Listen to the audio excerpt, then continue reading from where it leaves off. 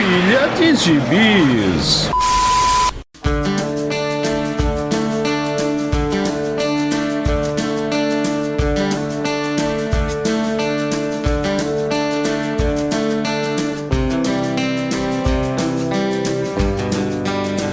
E aí, jagunçada?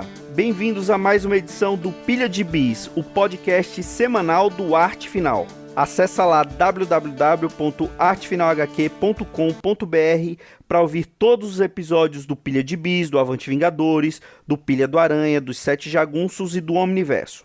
Nossos episódios também estão no YouTube, na Aurelo, no Spotify, no Deezer, no Apple Podcasts, no Amazon Music e no seu agregador de podcast favorito. Aliás, não esqueça de dar lá 5 estrelinhas, dar seu joinha no seu agregador de podcast favorito e ajude a espalhar a palavra do Arte Final. E para isso, vem falar de bis com a gente nas nossas redes sociais. No Twitter, no Instagram e no YouTube é @artefinalhq. E não esquece também de se inscrever no nosso canal do YouTube. Tá querendo comprar seu gibizinho na Amazon? Você compra através do link que está lá no nosso site. E você também pode ajudar a manter o nosso trabalho mandando um Pix de qualquer valor para artefinalhq@gmail.com. E vamos pro episódio de hoje. Eu sou o Marcos e comigo hoje estão Maurício Dantas. Há controvérsias. E Marcelo Miranda. Olá. Estamos aqui, Marcelo Miranda, de volta, depois de muito tempo aqui. Peraí, não é tanto tempo assim, né? Peraí. Vou te dar 2 palavras para provar que não é tanto tempo assim. Vitor Azambuja. Mas aí pesado. Né? Não mais, ele está fininho. Nosso amigo Vitor Azambuja está no samba militar, está fininho, está em ótima forma. Eu acho que o problema dele era justamente gravar podcasts. E ele está se preparando para as Olimpíadas de 2028. Ele vai disputar lá. Eu só não sei o que, né? Porrinha já é esporte olímpico? Bafinho. Bom, pode ser, né?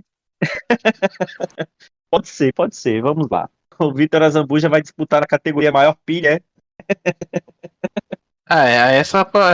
Ele pode vencer lá, trazer o ouro pra gente.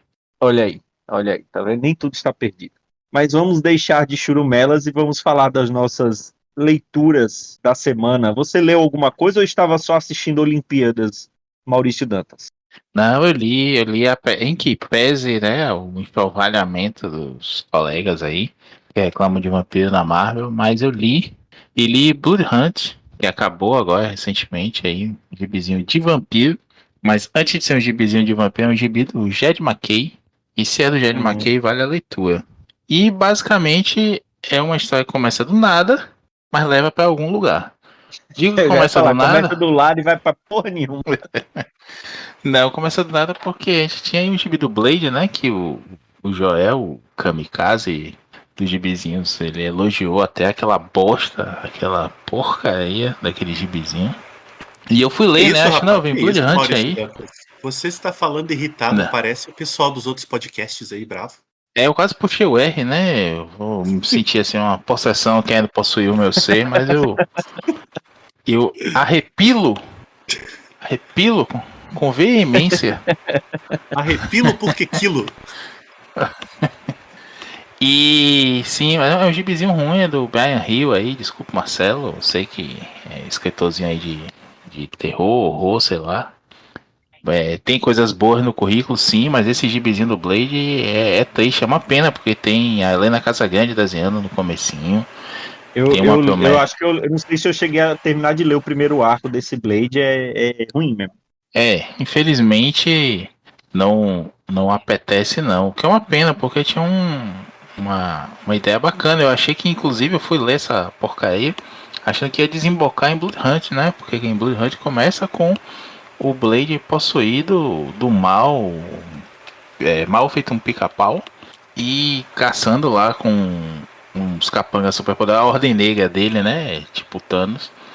Ele vai caçar lá os heróis e a história, na verdade, começa com uma grande noite caindo sobre a Terra.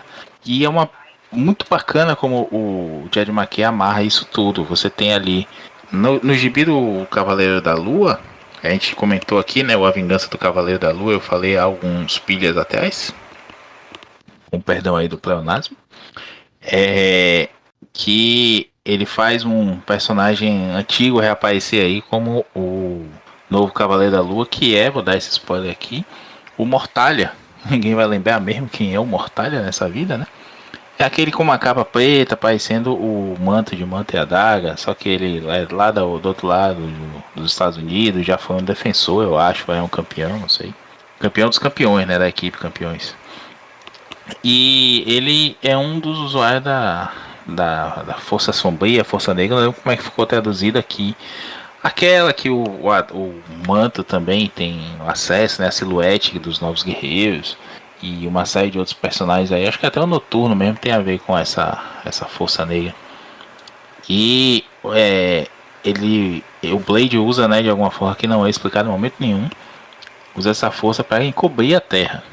E assim, uma noite eterna, os vampiros tomam conta do mundo e saem atacando aí indiscriminadamente como uma forma de causar o caos no mundo e permitir que as ações lá do Blade deem sucesso, né? Aí ele ataca direto, ele vai, né, como o Blade mesmo, sem ninguém saber que ele é esse escritor todo. Ele invade lá a sede dos Vingadores, né, a Cidade Impossível, invade lá o Santo Santorum do Dr. Estranho também e acaba matando o Dr. Estranho, que ele na verdade transforma ele num vampiro. O Dr. Estranho, a forma astral do Dr. Estranho foge do corpo no momento lá para não virar vampiro 100%, e vão até o Dr. Destino para pedir ajuda. E aí você tem várias missõezinhas ali, né? E os tie são bem amarrados, a maioria deles, não todos. Uma boa parte eu não li mesmo, não valia a pena esses tie inúteis. Mas recomendo o dos Vingadores. A gente tem uma equipe série C dos Vingadores assim. O Steve Rogers invoca ali os Vingadores que ele acha pelo caminho para impedir o Barão Sangue de derrubar um aeroporto-aviões. Também escrito pelo McKay. É um gibizinho muito legal. 3 partes ali que dá uma pancada aí boa de ler assim. Vingadores naquela pegada clássica de Vingadores, né? Junta quem tem na hora, vai todo mundo para cima. A gente tem no Quarteto Fantástico o Reed Richards, lá aquela capa, né, que rodou a internet um tempo, dos bichos mordendo o Reed Richards, esticando ele e tudo mais, são vampiros tentando morder ele, e mostra como a pele elástica dele, né, o protege das mordidas e tudo mais, ele tentando ali sozinho com a Alicia em Nova York proteger algumas pessoas no Madison Square Garden. Tem uma sacada muito boa esse gibizinho também, né? O Quarteto Fantástico Guerra Norte, a gente já comentou aqui, né, Marcos, algumas vezes, como é um gibizinho que vale a pena. Se você tá lendo Scan, se você tá lendo aqui pela Panini, tá lançando. Se você não tá lendo, comece a ler.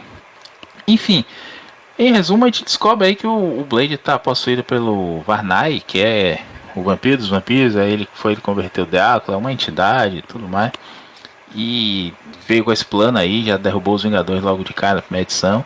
O Miles Morales vira vampiro também, acaba o gibi, ele sai vampiro dessa história toda. Já tinha uma espada de energia, né? E agora ele é vampiro também. Então cagando o personagem aí.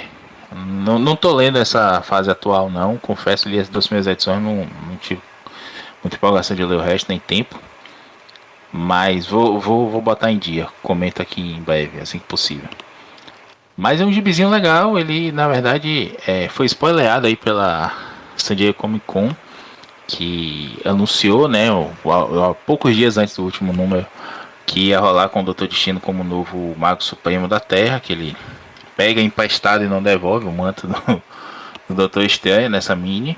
E agora a gente vai ver como é que vai ser aí essa nova balança de poder no universo Marvel, com o Dr. Destino como Mago Supremo.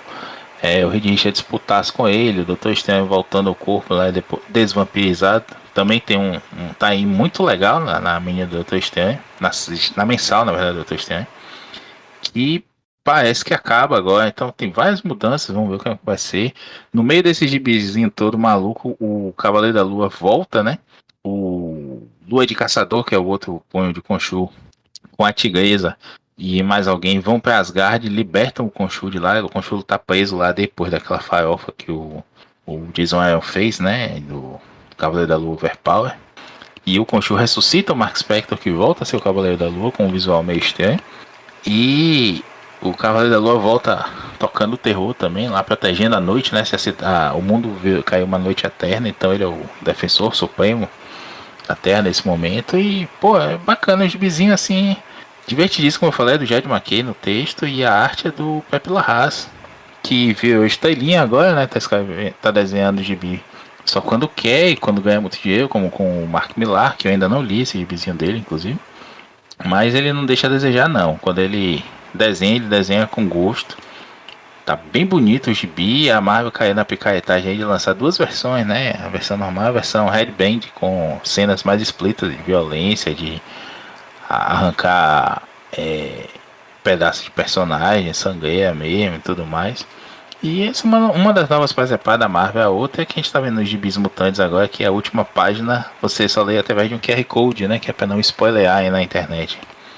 É de lascar isso que a Marvel vem fazendo aí, mas essa mini em específico, o Blue Hunt, é bem legal. Eu acho que dava até pra ter rendido mais. E apesar de ter sido rápido, rendeu alguns tains bem divertidos. Não todos, mas esses que eu tô falando aqui pra vocês, Quarteto, Vingadores e Doutor Estranho pelo menos, e Cavaleiro da Lua, valem a pena ler, encaixam com a história e não são um mero caça-níquel não, recomendo. E tô surpreso até, né? Vampiro na Marvel não costuma dar muita moral não, mas nesse caso aqui o McKay tá fazendo umas coisas bem legais. Não E costuma o dar muita moral, mas a McKay Marvel vira e mexe faz, né? adora um Coisa com vampirinho, né? vampiro. E o McKay é um desses operários da indústria, bons de massa de pastel, né? O cara trabalha bem. Tá, ele tá fazendo muita É, coisa bacana ultimamente. É. surpreendentemente o mais fraco dele tem sido mesmo o Vingadores, né? Eu acho que ele escreve melhor personagens isolados do que equipes. Não gostei tanto assim do primeiro gibi dele, os X-Men, mas a gente vai comentar em programa próprio isso, se já não comentou, né? Nesse vórtice temporal que é a edição do Pilha de Bis. Mas é, eu gosto demais dele, principalmente porque ele tem muito de. Não vou dizer referência, isso, referência aquilo, não, mas de embasamento, de contexto de personagem. Ele considera as coisas que aconteceram antes. Ele não mergulha de paraquedas assim, sem saber nada, e sai escrevendo personagem, sabe? Reinventando coisas, distorcendo. A velha descaracterização, né? É legal que ele resgata coisa lá dos anos 70, dos anos 80, 90, de semana passada. Sabe o que está acontecendo nos outros gibis. Isso acaba dando uma coesão mesmo pra leitura, né? Tanto desse título quanto dos outros todos que ele. Tanto o que ele tá escrevendo quanto que os outros estão escrevendo também. É uma saga. É uma saga grande, né, que a Marvel tem feito lá nos Estados Unidos. E explorando, né, esses vampiros que eles sempre viram e mexem, às vezes, mas eles nunca sabem direito o que fazer. Na verdade, a última coisa que eu ouvi da Marvel com vampiro foi quando eles criaram aquela nação vampírica, né? Que eu acho que foi ainda no ano do Jason Aaron, não foi Oi, que botou Vingadores lá do Arrow. em Chernobyl, né? Virou a nação vampira ali, né? Eles foram morar lá, que eram os únicos que conseguiam ficar naquela região, tal. Aí eles pegaram aquela parte do mundo para eles. E teve mais alguma coisa depois daquilo, antes desse Blood Hunt, Maurício? Não, não, só esse arco mesmo aí dois arcos, na verdade, da mensal do Blade mal sucedida. E essas histórias aí, que agora que tem o Miles Vampiro, a Jubileu não é mais vampira, né? Você me lembrou aí daquela do Victor Kichler, escrevendo os X-Men contra os vampiros naquela fase Sim. horrenda, né? Que foi justamente quando a Jubileu foi mordida e tudo mais. Não, e teve o próprio McKay no comecinho ali do Cavaleiro da Lua dele, ele tem aquele esquema de pirâmide dos vampiros lá, que é de onde aparecem dois personagens vampiros que estão na missão da meia-noite do Sim. Cavaleiro da Lua agora. Que é aquela menina, esqueci o nome dela agora, e o outro que eu lembro porque o cara do nome, né? Soldado, Soldier. Não sei como é que ficou aqui no Brasil. Vamos ver se dessa vez a Marvel consegue dar uma continuidade nesses personagens e faz alguma coisa decente com eles, né? A ver, como diria o outro. Bom, eu vou falar de um gibizinho que já foi falado aqui, mas num longínquo pilha de gibis número 235. O link estará aí no post, para você que quiser ouvi-lo. E é falar sobre Nem Todo Robô, do Mark Russell, com desenhos do Mike Deodato e cores de Lee Loughridge, não sei como se pronuncia. Foi lançado lá nos Estados Unidos pela AWA, né, que é aquele estúdio que o Deodato fez o contrato depois que ele que ele não renovou com a Marvel, e foi lançado aqui no Brasil pela Comic Zone. Eu peguei o meu volume na CCXP de 2022 e peguei o autógrafo do Deodato naquela ocasião, e aí na CCXP do ano passado, quando eu soube que o Mark Russell ia, aí eu levei de volta, né? Eu levei meu gibizinho para passear novamente e peguei o autógrafo dele lá já na CCXP do ano passado e só fui ler agora, né? Pra você ver como está a pilha de gibis, eu fui ler agora em meados de julho de 2024, do ano da graça de 2024. E eu não lembro o que foi falado, acho que foi o Maurício que falou sobre ele nesse pilha. Não cheguei a escutar para poder gravar, mas que gibi bacana, assim, falar do Mark Russell como escritor, principalmente dessas sátiras, desses gibis meio satíricos, é meio chovendo molhado, né? A gente já falou aqui dos Flintstones dele, ele fez aquele Segundo Advento, né? Que é aquela história que a Comic Zone também lançou, que é de se Jesus voltasse à Terra e ele ia orientar lá um super-herói, também muito satírico. E esse do Nem Todo Robô, a premissa da história se passa lá em 2056 e os robôs e a inteligência artificial tá tão avançada que eles tomam conta de quase todos os empregos que um humano poderia exercer. Então eles basicamente dominam todo tipo de mão de obra. O único serviço que ainda são os humanos que fazem, porque os robôs não conseguiram fazer a contento, eram os cabeleireiros, né? Então, só os humanos ainda são os que cortam cabelos, mas em quase todo o resto são robôs que executam esse serviço. E aí, qual é a pegadinha? Como não tem mais emprego, o humano tem que comprar um robô, tem que ter um robô, e esse robô vai trabalhar e ele que vai ganhar o sustento da família. Os humanos não trabalham mais, não fazem basicamente mais nada, e quem sustenta são os robôs. Então, começam a ter as grandes civilizações, elas moram em meio cidades bolha, né? Então tem a cidade bolha de Atlanta, cidade bolha de Orlando, né? E fora dessa cidade bolha não tem muito vida, né? No caso, a história se passa ali em Atlanta. Do lado de fora da bolha é meio que um deserto, né? Teve uma grande queimada e eles não sabem se quem está fora da bolha sobrevive ou não, enfim, tem essa pegada. E ele conta a história da vida de uma família que tem a mulher e os filhos têm certeza que o robô da família, o robô doméstico da família, está planejando matar eles, então eles ficam tensos o tempo todo, eles não dormem mais direito, com medo do robô invadir o quarto deles e matar eles, e o marido é o único que defende o robô, defende cegamente, fala que ele é bom para eles, é aquela coisa ele não se sente oprimido pelo robô. Só que está tendo uma segunda revolução das máquinas, que a empresa que criou esses robôs, ela está criando uma nova geração de robôs que são mais parecidos com seres humanos, tem aquele visual mais de androide, né? Porque esses aqui tem visual de robô mesmo, né? Quase que torradeiras com braços e pernas.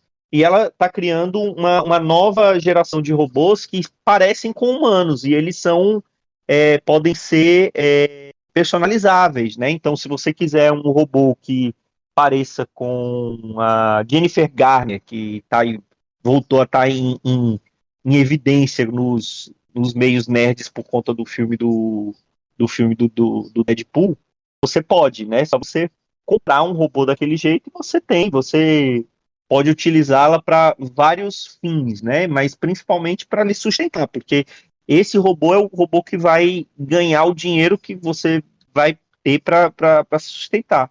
Só que aí os robôs antigos, eles estão eles vão perder o emprego, né? E aí eles começam a viver nas ruas, eles não têm mais um propósito, enfim. E ele faz alguns paralelos com a vida a vida em sociedade, a vida numa sociedade capitalista, que é impossível você não ler aquilo e não identificar ou não se identificar com muita coisa que ele fala ali, ou não enxergar muita coisa que acontece nas sociedades hoje em dia e você dá aquele riso nervoso, né? Porque você vê que tudo aquilo que está acontecendo, ele é claro, tem aqueles exageros que uma obra satírica normalmente tem, mas você identifica tudo que está ali. Se você tirar aqueles exageros, você vê que não precisou chegar em 2056 para aquilo estar acontecendo, né? Isso,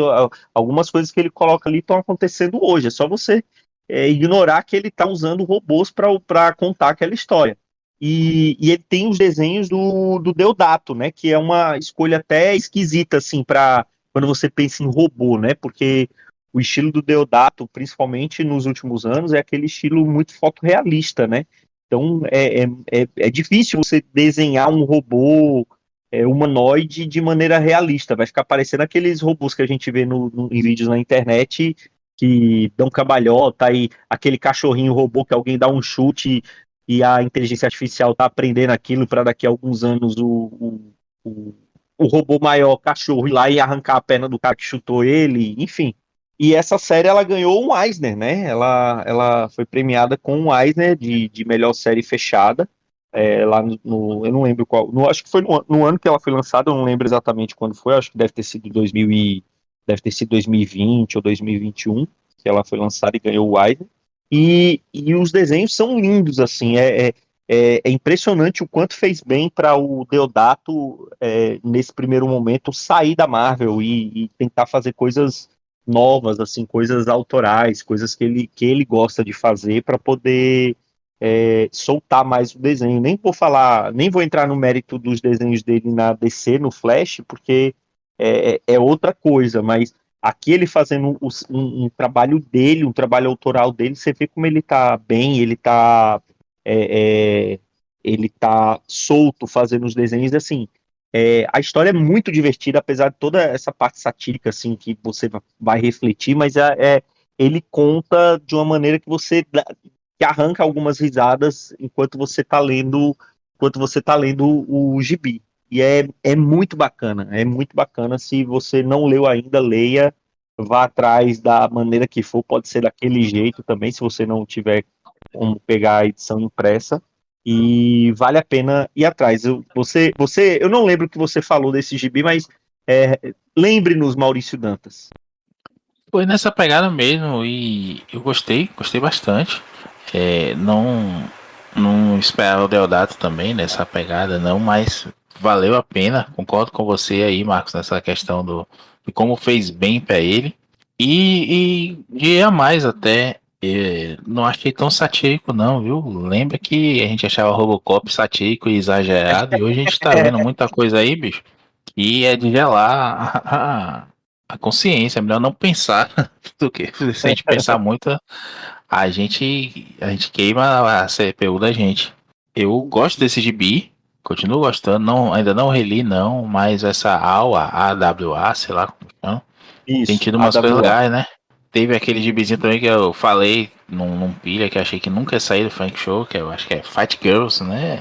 E saiu aqui também, lá pelo esquema de pirâmide do Levi. E tem, tem muita coisa legal saindo desse negócio. Deu uma diminuída agora, não sei aí o que foi que aconteceu. Mas o próprio Deodato, né, voltou pra descer aí. Eu gosto da arte dele, inclusive, naquele gibizinho do Flash. É uma pena que ele tá estranha demais também, só doeu 3 edições, né? E aí entrou um desenhista bem genérico depois. Mas gosto sim, só que acrescentar isso mesmo. Não tá tão satírico assim, mas não, tá dando medo. Eu queria fazer uma Você, pergunta, se o Marquito concorda. O Marquito, por nem todo favor, mano, por robô. favor. Tá bom. Nem todo robô. Mas é sempre o robô? É aí que tá, é exatamente isso. O Deodato até eu não sei se foi, agora eu tô confundindo, eu não sei se foi no prefácio desse gibi não foi no prefácio não, que eu tô aqui com a edição na mão, e, e não tem isso é na mensagem que ele coloca dos autores no final do gibi, ele fala assim, ó, ele fala assim que o comecinho que ele escreve aqui, nem todo robô é uma enganação, tem todo robô. É assim que esse gibi deveria se chamar. Que ele fala, porque é muito, tem isso, né? Ele sempre aparece um robô que faz merda. Tem algumas coisas aqui que se a gente fala, não sei se pode, se estraga muito a história, mas, por exemplo, o sistema judiciário, ele é todo automatizado, é todo feito por robôs. Então acontece uma coisa que um genocídio acontece, uma coisa assim muito grave, e o robô que causou aquilo, ele vai a julgamento. Só que aí ele chega lá no tribunal, o tribunal também é composto por robôs, ele leva meio que a defesa dele pronta, numa espécie de pendrive, ele pluga lá, e em 2 segundos sai a sentença, ele é inocentado. E ele sai andando em meio a vários protestos que estão tendo na rua. E aí acontece de uma humana ser também vai ser julgada, e eles pedem para poder ela inserir a defesa, porque não tem advogado, é tudo online, é tudo digital. Ela fala assim: eu não tenho uma defesa, eu não tenho o arquivo pronto da minha defesa, porque a própria sociedade robótica não sabe mais como julgar os humanos, já que todos os robôs substituíram os empregos humanos, e a resistência dos humanos é justamente concentrada numa convenção de cabeleireiros, porque é a única profissão que ainda existe, que ainda serve para os humanos. Então tem essas sacadinhas assim do Mark Russell com o Deodato no gibi. Você não Ó, e chegou o a ler não Russell esse gibi, não foi, Não Marcelo? li, não li não, mas o Mark Russell é legal, né? Porque ele é muito espirituoso, assim, ele saca muito bem fazer essas alegorias com humor e reverência e também muita crítica, né? Eu acho ele bem legal. Quero ler, quero ler. Boa dica, ó. Ouvir o Leia, Pilha é é bom, tá vendo? Você ouve o Pilha olha e já aí, fica querendo ler as coisas. olha aí. Ó, Se você não comprar o gibi, você consegue daquele jeito que deve ter facinho. Não, mas eu vou comprar nos links do Pilha. Muito bem. olha, só vou dizer aqui que gosto muito do Russell também. Agora ele me deixou desapontado no História de Vida do Quarteto Fantástico. Esse eu não curti. Estou com ele aqui, que comprei de nosso amigo Luiz Durval do Vale, e está aqui na pilha para ler. Lererei em breve para comentarmos aqui. Mas diga aí, Marcelo Miranda, o que fez você sair das suas catacumbas e vir gravar com a gente? Qual foi o gibizinho que despertou essa chama em você? Mas a sua pergunta, ela é contraditória, porque o que me fez sair das catacumbas e vir gravar aqui são vocês dois. Olha só. O Dãozinho não, não é o caso. Mas vocês com certeza. E agora, a segunda pergunta, sim, temos uma resposta que eu estou em minhas mãos lendo já estou na metade do segundo volume. É um gibi que só se fala nele, no Twitter está caindo, porque só se fala no relançamento pela Panini. Pela primeira vez, né, a Panini está lançando a saga do clone do Homem-Aranha. Essa tão malfadada e vilipendiada fase do nosso personagem favorito. E que saiu já. Eles anunciaram isso há meses, né? Mas a Panini sempre demora um pouco para lançar as coisas. E já lançaram logo os 2 primeiros volumes nesses pacotes aí que você compra dois, paga dois paga um e leva dois. Que é o volume um e o Salvati volume 2. Feelings, aquelas coleções Isso, Salvati, Planeta exatamente. de Agostini, né? Que primeiro volume vem dois, aí o segundo volume é mais baratinho, mas vem um só, do terceiro volume em diante é aquela facada que aumenta a cada 2 meses. É porque as editoras aprenderam isso com os traficantes, né? Que vendem a primeira dose é gratuita, a segunda você dá um picozinho, aí na última, não, meu amigo, agora é o preço real. Agora tem que pagar. Eles não são bobos, não. Se funciona com os viciados, Hum, como é que não vai funcionar com os gibizeiros, né? É E aí, verdade. rapaz, só uma tossezinha, corta aí.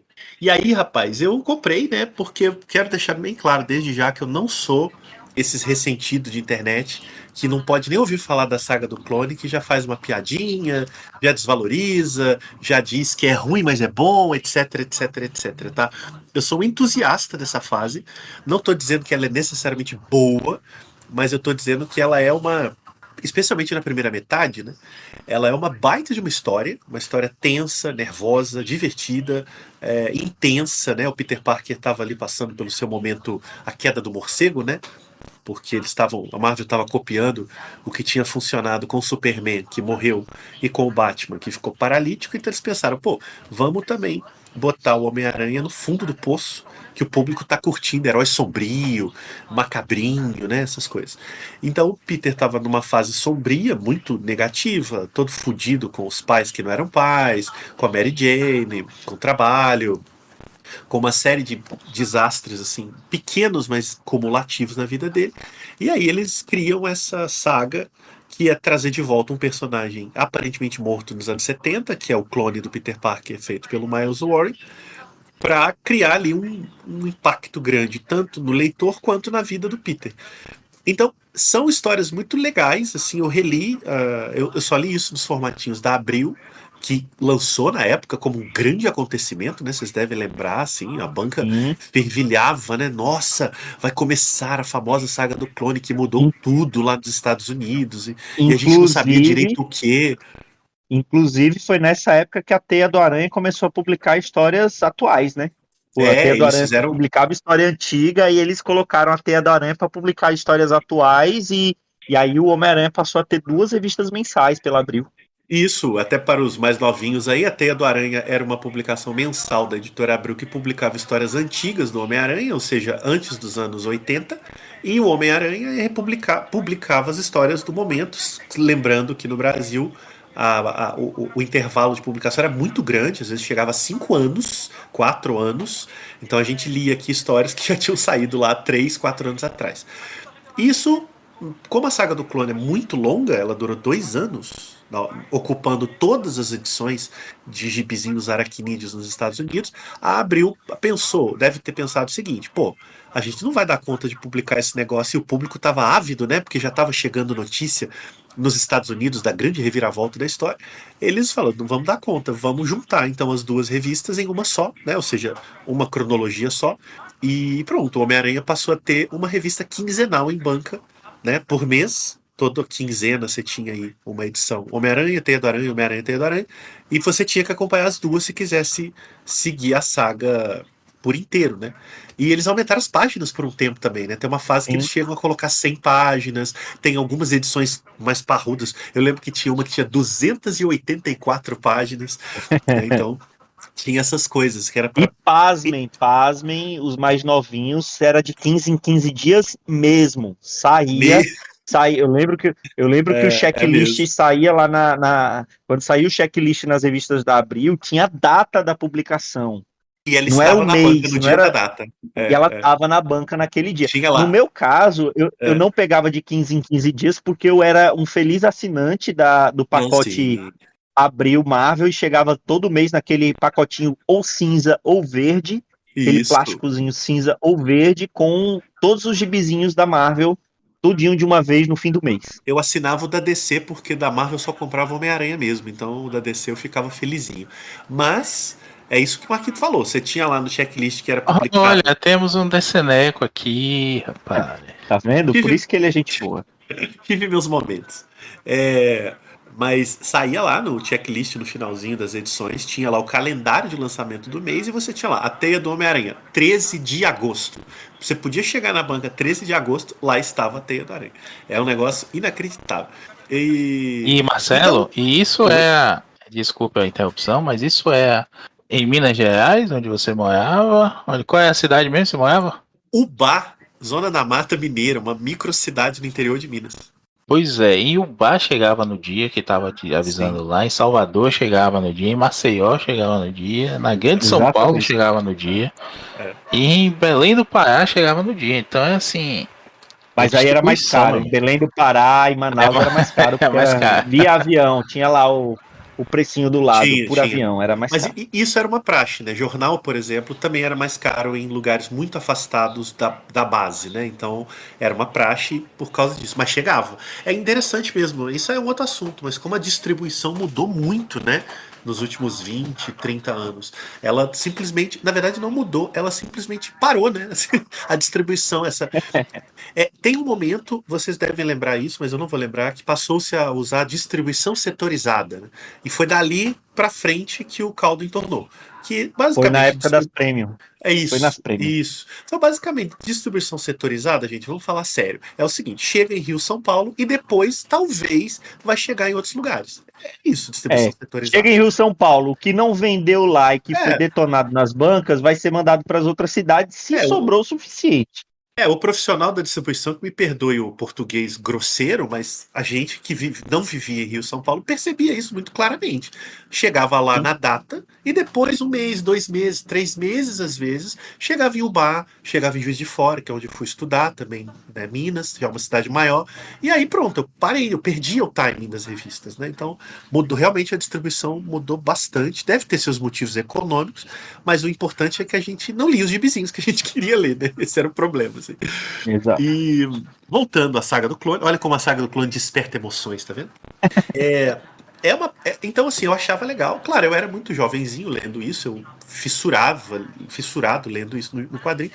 É, mas me interessa muito, ainda é uma fase que eu guardo como um momento importante do Homem-Aranha, não só pelas alterações que faz do personagem, mas por sentir naquela época que eu era bem novo, mas eu senti, acho que pela primeira vez na minha geração, digamos assim, eu tenho um pouco mais de 40 anos, um personagem, um grupo editorial, né, tentando criar algo novo pro personagem, novo mesmo. Tipo, vamos fazer uma história aqui que ninguém nunca viu igual para esse personagem e vamos mudar o status quo dele de um jeito que ninguém imagina que a gente é capaz de fazer, né? E isso me fascinava, que eu sentia que eu estava lendo coisas que eu não tinha lido antes, por mais que eu gostasse de tudo que eu já tinha lido no Homem-Aranha, né? Então era assim, se eu quisesse ler o Homem-Aranha tradicional, lá o que eu sempre gostava, eu pegava os antigos e lia. Mas quando eu quisesse ler uma história que estava avançando um negócio muito doido, né? Não com a saga do clone. Depois, confusão, tem briga editorial, a metade dela pra frente é uma bagunça. Mas eu acho muito injusto falarem dela como se fosse uma das piores coisas dos anos 90 nos quadrinhos americanos. Acho que é um pouco de. Isso é coisa de velho, sabe? Assim, um pouco de ranço de idade mesmo. Dito isso, Ah, né? Voltando certamente, aqui, certamente. né? A gente já teve Dito algumas isso, discussões aqui, eu não sei se a gente chegou a falar isso no, em podcast, mas a gente já teve algumas discussões falando sobre isso, daquela galera que simplesmente execra os anos 90, dizendo que é uma década perdida dos quadrinhos, que não teve nada que preste nos anos 90. A gente sabe mais ou menos onde que surgiu isso, né, e como se espalhou, mas não é verdade. É como qualquer outra década dos quadrinhos, qualquer outra fase dos quadrinhos tem as suas histórias boas e tem as suas histórias ruins. e evidentemente que algumas décadas são muito melhores que outras, é claro, mas assim, há histórias dos anos 90 que foram perfeitas para os anos 90. É claro que se você lança a saga do clone hoje, ela não reverbera, como, né, como a gente sabe. Tem milhões de derivações da saga do clone, inclusive no Miles Morales, etc. A reverberação dela é nula, porque as pessoas já se acostumaram, o modo de leitura mudou, a repercussão mudou. Mas nos anos 90, isso aqui era o suco da surpresa. Você lia esse troço aqui e ficava enlouquecido. E aí eu reli agora, né? O primeiro volume ele pega o comecinho, né? Quando o Ben Reilly, que é o clone do Homem-Aranha, aparece a primeira vez. E pega aquele primeiro arco, né? Que eles enfrentam um personagem chamado Judas Traveler, que eu mal lembrava dele, e é meio que uma espécie de hippie psicólogo que invade o Instituto Ravencroft. E o volume 2 ele pega o primeiro arco que é exclusivo do Ben Reilly, né? Eles dão um tempo no Peter Parker, né? Colocam ele um pouco de lado. E isso nas mensais do Homem-Aranha, né? Ou seja, o leitor do Homem-Aranha daquele período, ele de repente começou a ler histórias de um outro Peter Parker, o que era uma grande ousadia da Marvel, né? O pessoal fica reclamando aí do, do Peter Octopus, né? Na fase do Homem-Aranha superior, mas mal sabia que isso já tinha sido feito. Você trocar o personagem principal da história e fazer boas histórias com isso. O Ben Reilly, uma grande vantagem da saga do clone é que ele foi muito bem escrito, o Ben Reilly, assim. Ele claramente, especialmente nessas primeiras, você percebe isso. Ele tem bons diálogos, os dramas dele são muito fortes, ele tem participações importantes na interação com o Peter. É claro que o fato do Peter estar numa fase ruim ajuda, né? Porque você tem um personagem que tá reclamando da vida e quer morrer, mas não tem coragem de morrer e tal. E do outro tem um cara novo, vivaz, que ele chega todo cheio de energia. Eu quero a sua vida, me dê a sua vida, não sei o que lá. Então é diferente. Mas há um cuidado mesmo de colocar o Ben Reilly como um personagem interessante, porque a Marvel tinha que convencer o público de que ele veio para ficar, como a gente vai ver lá na frente, né? Então foi muito bom reler esse comecinho. E eu quero elogiar aqui a Panini pela organização dos volumes, que, claro, ela deve ter usado uma matriz original, mas o recorte é muito legal porque é bom lembrar, né? A saga do clone ela faz parte de um período das revistas mensais em que não se ficava pensando em encadernado. Então ela vai saindo, né? É uma novelinha mesmo. E aí eles já tinham adiantado que um personagem misterioso ia entrar nas histórias, mas não diziam quem.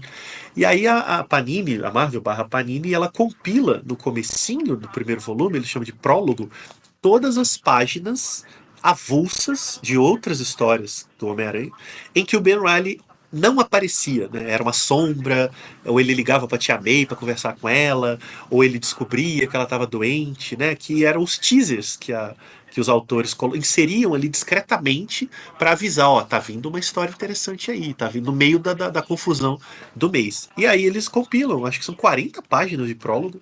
É muito legal, assim, você vai vendo, inclusive porque muda o desenhista, né?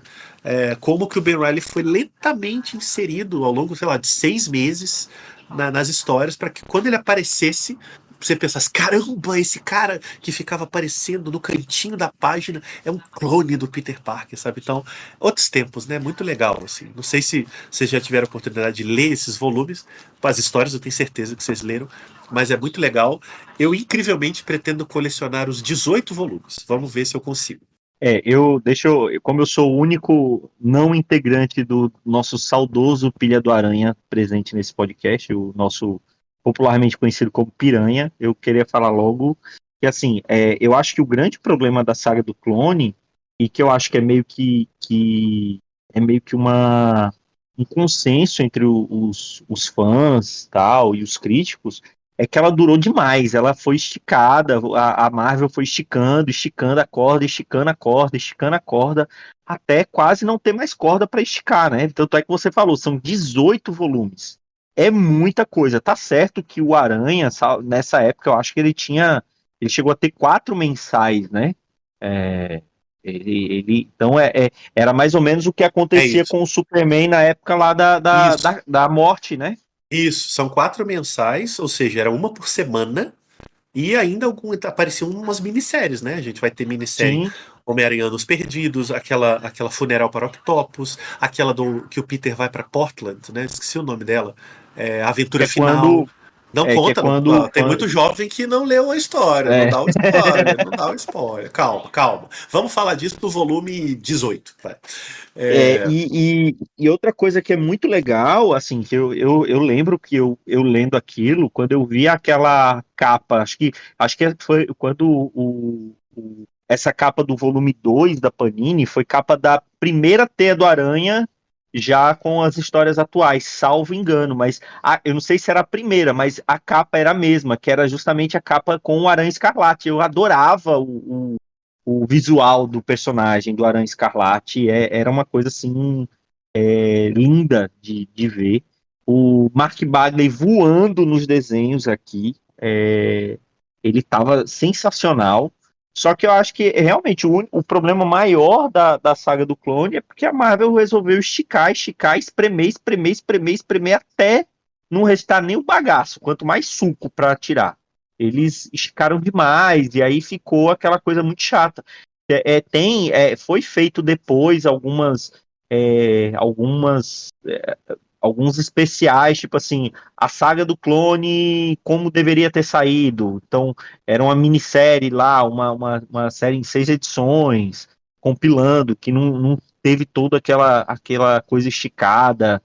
Porque aí no meio, nossa, teve foi nessa época que ainda teve o lance da gravidez da Mary Jane, que ainda foi colocado no meio, ou eu tô confundindo? Não, é isso mesmo, Marcos. Tem ainda lá a Sociedade dos Squires, sei lá a pronúncia dessa porra, que são aqueles, aqueles bichos gigantes, né, de, de túnica que somem lá com a pequena May. E não se fala mais nisso e nisso não se fala, né? É no finalzinho mesmo, é justamente quando vai ter a virada para o Ben assumir como aranha, se não me engano. Ou enfim, é uma farofa mesmo isso aí. Eu tenho muita coisa pra falar, na verdade, de saga E do clone. só outra coisa, o Marcelo falou do Judas Traveler, que voltou nos X-Men, né, Maurício Dantas? Pois é, voltou como um membro da Orquis, né? Que é a Hydra lá antimutante. E, bicho, um negócio bem nada a ver, né? Eu inclusive ia comentar isso, essa é uma coisa que eu ia comentar, assim, eu tenho muita coisa pra falar, acho que a gente precisa de um programa mesmo, quem sabe um dia o Piranha volta, mas Não, mas ô Maurício, só pra dizer que aí, hoje é só pra lançar a semente, é só pra dizer que saiu a saga do clone, porque muita coisa pra falar em breve no nosso Piranha. então eu vou dar vários teasers aqui então, porque eu não sei se esses teasers vão ver alguma coisa um dia, mas odeio o Tom Lyle, não é porque ele morreu que ele ficou bom. E tem muito Tom Lyle aqui. Nesse dia que a gente tá gravando, eu comprei na banca, inclusive volume 1 e 2. Vale muito a pena, porque na verdade é cada um dos volumes aí com 50% de desconto, né? Se você for fazer a conta. Então vale, não compre na Amazon, vá na banquinha Não, lá. nem que quisesse comprar na Amazon, a Panini não mandou para a Amazon. A Amazon nem que você quiser comprar na Amazon agora você consegue. Talvez você consiga agora, mas no marketplace, mas da própria Ah, mas Amazon aí não tem. Mas Não, mas essa é não aquela tem. estratégia. Veja. Mas é aquela estratégia que eles já têm adotado, que eu acho bom, que primeiro eles lançam em banca, depois vai para a Amazon, Sim. que é Não, justamente para não quebrar o mas tiozinho da não banca. é assim. Mas não é, porque assim, essa estratégia já tem. Então, quando você compra numa pré-venda da Amazon, você recebe. Quando eu estava comprando as coisas em pré-venda na Amazon, eu recebia aqui, às vezes, quase um mês depois que saía na banca. Era no mínimo umas 2 ou 3 semanas depois que saía na banca. Mas esses volumes específicos não estão nem em pré-venda, nem em venda na Amazon. Porque você comprava, você pegava lá na pré-venda, mais ou menos na época que no mesmo dia que a Panini anunciava, a Amazon colocava lá em pré-venda. Só que eles só mandavam depois desse tempo para quem comprou. Só que esses da saga do clone, se você pesquisar hoje, talvez tenha mais em marketplace, mas vendendo da própria Amazon não tem. Ótimo, compre Ó, no tiozinho da banca. se tem na Amazon ou não, eu não sei. Eu sei que não tem o kit Sim. com as duas edições. Se você, eu vi que dá para comprar, não sei, é vendido pela Amazon mesmo, mas dá para comprar separado. O kit mesmo você só compra no site da Panini ou Em no banca. ou é mesmo. É isso aí, beleza. Nada mais justo porque só eles que vendem, né? Eles fazem como eles quiserem. De fato, aqui eu tô olhando, não existe nenhuma versão, nenhuma promoção aqui Prime, né? Ou seja, não tem nada que a Amazon venda diretamente, não. É só marketplace mesmo. E mesmo assim, são as edições avulsas. Você não consegue comprar as duas por esse preço, não. Cada uma pelos R$ 44,90 aí que a gente comprou essas duas. Que inclusive gerou, né, aqui no nosso grupo do Pilha, uma discussão sobre a geografia e o trânsito de Maceió, a engenharia de trânsito de Maceió, colocada em xeque, discutida amplamente aqui nesse grupo. Pois é. Mas Por um cara que nem andar de bicicleta nem, sabe, mas tudo bem. nem carteira de motorista tem, mas tava lá. O Waze querendo dar lição. Então assim, né, eu tinha que falar logo do Tom Lyle, que eu não gosto. Tem que falar que não lembrava que o Judas Traveler aparecia tão logo assim na história, né? Porque a ideia do Judas Traveler já é um primeiro remendo ali na história da ideia do Demates. E aí muda editor e tem várias tretas, a gente já ventilou algumas coisas disso aí num PA passado. E sei lá, eu confesso assim, comprei esses 2 primeiros volumes porque eu quero ver se eu leio e que é que eu acho disso, se consigo ler. Se eu tenho interesse em continuar acompanhando. Provavelmente sim, porque eu sou um verme. E lembrar, né, ver se essa nostalgia aí, daquela lembrança da saga é tão bacana, assim, de novo, né, como o Marcelo disse bem aí, não importa se é bom, se é maravilhoso, nem nada assim, importa se eu gosto de ler. E se eu gostar de ler de novo é o que vale, não precisa ficar justificando tudo que eu gosto é bom, é maravilhoso, merece prêmio, nada disso. E outra, né, que fica criticando essas coisas, dos anos 90 principalmente, sai de contexto, que é olhar com os olhos de hoje uma coisa que foi feita naquela época em que o mercado estava mudando, amadurecendo, maturando muitas coisas ali.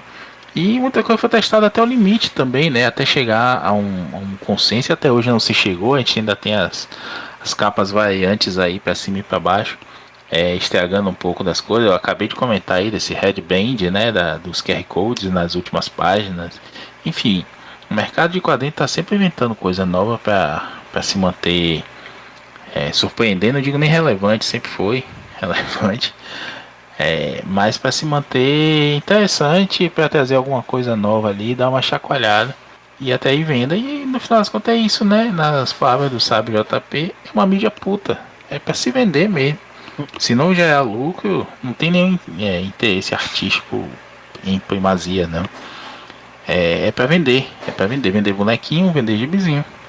E nisso a saga do clone com erros e acertos conseguiu sim. Tanto que a gente tá aqui, né? 30 anos depois, quase falando desse gibizinho de novo. Saindo em banca de novo e sendo sucesso de venda, como disse o Marcelo, todo mundo falando Maurício, disso. e a gente falando não, né? A Marvel nunca parou de falar da saga do clone. É Pois impressionante, é. assim. Ela Roda sempre fez VMS. referência nas histórias do Aranha, sempre tem os asteriscos, né? Veja isso na saga do clone. Ela voltou essa saga milhões de vezes, inclusive quando criou o Ultimate, né? O Homem-Aranha Ultimate, tem saga do clone do Peter Ultimate, do Miles Ultimate. Fez outra conspiração do clone. Eles nunca. O Ben Reilly ganhou revista mensal. Enfim, a Marvel deve ser a saga ruim, entre aspas, mais repetida pela Marvel em todos os tempos, assim. Ah, Eu acho certamente. incrível isso. Porque ela nunca saiu da pauta. É a única saga de um herói da Marvel de primeira linha que nunca saiu da pauta, cara. É impressionante, assim. É verdade, é verdade. O povo reclama, reclama, mas tá sempre falando e a Marvel tá sempre referenciando de alguma maneira, né? É Eu referenciando, acho que refazendo, eu, é, republicando, o, tudo. tem aquela piada de que a palavra-chave da DC é crise, a palavra-chave na Marvel é guerra, né? Guerras secretas, guerra, alguma coisa assim. Mas eu acho que talvez a segunda palavra seja justamente clone, né? Porque é muito referenciado realmente nos gibis do Homem-Aranha, da Marvel de uma maneira geral, a saga do clone ou variações dela, né? Eu até fui olhar na prateleira aqui, tem uns 6 clones do Aranha. Olha aí, Isso olha aí. porque ainda não saiu um Kane clássico, né? Eu só tenho o Kane como a Escarlate, mas no dia que sair um Kane clássico, está aqui. Tá vendo? É que, Tá vendo? aliás, é o melhor Kane, né? É um baita personagem visualmente falando, todo cheio de Sim, cicatriz, cabelão, muito legal. Aí a gente fala assim, o maior retrato dos anos 90 impossível, né? Não, aí tem o Spawn, né? Aí não tem jeito. Eu acho que é isso, né, senhores? Acho que sim, fico Falamos feliz. de gibis novos, gibis recentes e gibis antigos com novos lançamentos. Tem para todos os gostos. Isso. Só não posso dizer que tem para todos os bolsos, porque tá difícil para todo mundo. Tá complicado, tá complicado. Algo mais a acrescentar, Maurício Dantas? não, eu gosto de agradecer a minha mãe, meu pai, a toda a minha família. Marcelo Miranda, muito obrigado. Volte sempre, viu? Obrigado. Eu não tenho nada para, não posso acrescentar nada, não. Você não pediu para acrescentar nada? Pode acrescentar. Acrescente sua Que bom. presença nos próximos. É, Pode ser também. não, poxa, eu queria Eu queria mandar um abraço aí pro Luizinho, que provavelmente não ouvirá esse podcast, caso ele ainda esteja vivo. Luizinho era um dos donos da banca onde eu comprava os gibizinhos em Ubá, quando eu tinha lá os meus 12, 13, 14, 15, 16 anos. Então, eu quero mandar aí lembranças, energias para o Luizinho. Esteja ele onde estiver, e eu me refiro literalmente, eu não sei onde ele está, nem se ele está na Terra. Mas, Luizinho, você foi uma figura muito importante. Tá vendo? Ele Pô, agora comprava você lembrou? Ele comprava gibizinhos dele num bar. Veja só. No bar? Não, o bar. Falou. O O bar. bar, eu entendi, no bar. Não, o Falei, ele bar. comprava um gibizinho e Meu uma meiota de Deus. cana. Com O 12 bar. anos, tá certo. UBA É, é o nome minério, da cachaça, cidade. né? Tudo a ver. É o nome da cidade do interior de Minas. Ele comprava um gibi, uma lapada de cana e um pão de queijo. Sabe o que é mais interessante você falar isso? É que a banca onde eu comprava, em Ubá, ela parecia um bar. Porque ela tinha um Olha balcão aí. na frente onde vendia de fato doce, cafezinho, bala, essas coisas. E aí você passava pelo lado do balcão e chegava, a banca era no fundo. Uma banca enorme, assim, muito grande. Então, você não deixa de estar errado, porém certo. Olha aí, tá vendo? Se a gente continuar conversando aqui, vai aparecer a cachaça e o pão de queijo, eu tenho certeza disso, mas Meu pai infelizmente, certamente tomava essa cachaça. Só quero aproveitar também, porque você me lembrou aí, Marcelo, seu Otávio, dono da banca lá na frente do meu colégio, que é onde comprava gibizinho, até que a banca foi fechada porque uma lei municipal foi aprovada que não permitia nenhum lugar que vendesse cigarro a menos de 500 metros de uma escola, né, como é o caso lá do meu colégio. E aí seu Otávio preferiu vender cigarro a vender gibizinho e fechou a banca, abriu ela em outro lugar, Porra, seu mas Otávio. Seu Otávio visionário, né? Porque hoje cigarro vende mais que gibizinho, de fato. e não pude, e olhe lá, né, com toda a tributação e tudo mais, gibizinho ainda é mais caro do que cigarro. É pra se foder mesmo. Mas, mandar um abraço pra Abel também, que é funcionário do seu Otávio, que deixava eu levar o gibizinho pra casa pra ler, e se eu gostasse, eu pagava. E o Otávio aqui sempre gostava, ele tava sempre pagando. tá vendo? Se você tivesse o espírito do Scan que você tem hoje, olha aí, você provavelmente seria milionário hoje, Maurício Dantas. Pois é, quanto lanche eu não deixei de fazer no recreio do colégio pra comprar gibizinho, que eu nem queria, mas nos primeiros eu ainda ficava assim, pô, mas eu li, né? Acho errado não pagar. Quem diria que ia dar tudo errado e ia virar advogado? Ai, ai. É isso, com essas revelações, ficarei por aqui. No meu caso, eu não posso falar muita coisa, porque a banca que eu comprava os gibis era uma banquinha da minha santa vozinha, que não está escutando esse podcast. Comprava. Não, mas eu comprava, mas assim, eu também fazia isso, eu pegava para ler e eu devolvia alguns. A maioria eu não devolvia, a maioria eu ficava. Mas aí depois eu fiz a assinatura, eu não pegava mais os gibis só o que não vinha na assinatura eu pegava na banca da minha avózinha, e isso durou até pouco tempo atrás, quando meu tio ficou com a banca, e enquanto ainda saía gibi em banca, eu ainda fazia isso na banca do meu tio e Zais. Um beijo para eles. Então, acho que é isso, né? Com toda essa Barato, né? nostalgia. Um abraço aí pro tio. Um abraço pro tio do Marcos, que cortou o barato dele também. Né, não foi o meu tio, foi a Panini que mudou de distribuidor. Na verdade, foi a Dinap que faliu. Aí a Panini mudou de distribuidora, ele já não vendia nada de gibi, transformou a banca numa loja de conveniência e tem menos dor de cabeça. É isso. Muito obrigado, Marcelo Miranda. Beijos, Obrigado, cuidem-se. Um beijo, Maurício Dantas. Um beijo estalado na sua bochecha esquerda. Um beijo para todos os nossos ouvintes. Muito obrigado por escutar até aqui e até a próxima semana com mais um Pilha de Bis. Um grande abraço e tchau.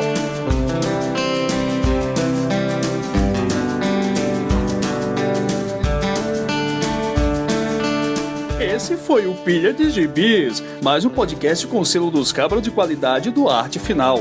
Gostou do que ouviu aqui? Compartilhe e acesse o site, tem muito mais conteúdo de qualidade esperando por você. Vai comprar seus gibis na Amazon? Compra acessando os nossos links, você vai ajudar a manter esse trabalho. www.artefinalhq.com.br